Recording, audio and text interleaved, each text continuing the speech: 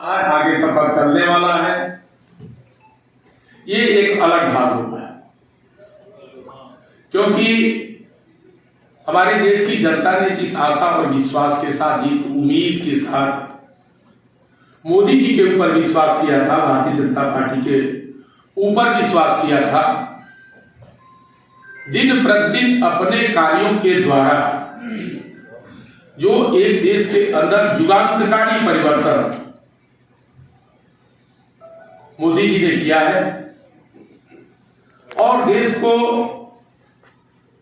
विकास के रास्ते पर ले जाकर एक नया कीर्तिमान स्थापित करने का काम किया और वो निरंतर क्रम जारी है।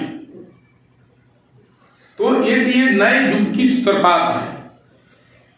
2014 से हम समझते हैं कि आजाद हिंदुस्तान का नए युग का एक सूत्रपात है। ये युग कब तक चलेगा उसका लक्ष्य मोदी जी ने अपने उसमें तय किया है। पता नहीं हमें से कितने लोग रहेंगे नहीं रहेंगे कि 2047 तक विकसित भारत का जो लक्ष्य उन्होंने दिया है और उस संकल्प को लेकर के भारतीय जनता पार्टी चल रही है। पूरे देश को एक साथ लेकर मोदी जी उस लक्ष्य को प्राप्त करने की दिशा में आगे बढ़ रहे हैं। हम सभी उसके सहभागी किसी न किसी रूप में आज आप सभी समाज के अग्रणी लोग हैं और समाज को दिशा देने वाले लोग आप लोग हैं, कोई साधारण लोग आप लोग नहीं। तो ये समाज का अग्रणी वर्ग, समाज का बुद्धिजीवी वर्ग, समाज का इंटेलेक्चुअल वर्ग जब जुड़ेगा, जब आपकी सोच मोदी जी की सोच के साथ देश को आगे ले चलने का संकल्प लेगी और ले भी रही है। माननीय कुलपति जी ने पंचप्राण के ऊपर बड़े विस्तार से उन्होंने अपनी बात रखी है और हमारी जो विरासत रही है उसके ऊपर आदरणीय शिवानंद जी ने जो एक विस्तृत प्रकाश डालने का काम किया है। तो हमारी एक सनातन संस्कृति रही है और सनातन संस्कृति कोई साधारण संस्कृति नहीं। इस संस्कृति बहुत बड़ी ताकत रही है और उस ताकत को हम इसी से समझ सकते हैं कि हमारा देश तो हजारों हजार साल तो गुलाम रहा है। हम तो मात्र अभी 75 साल से आजाद हुए और उस आजादी, ये जब आजादी मिली है, आजादी के बाद हम किन परिस्थितियों से होकर के आगे निकले हैं और आज किस दशा में, किस दिशा में देश चल रहा है उसको भी हम देख रहे हैं।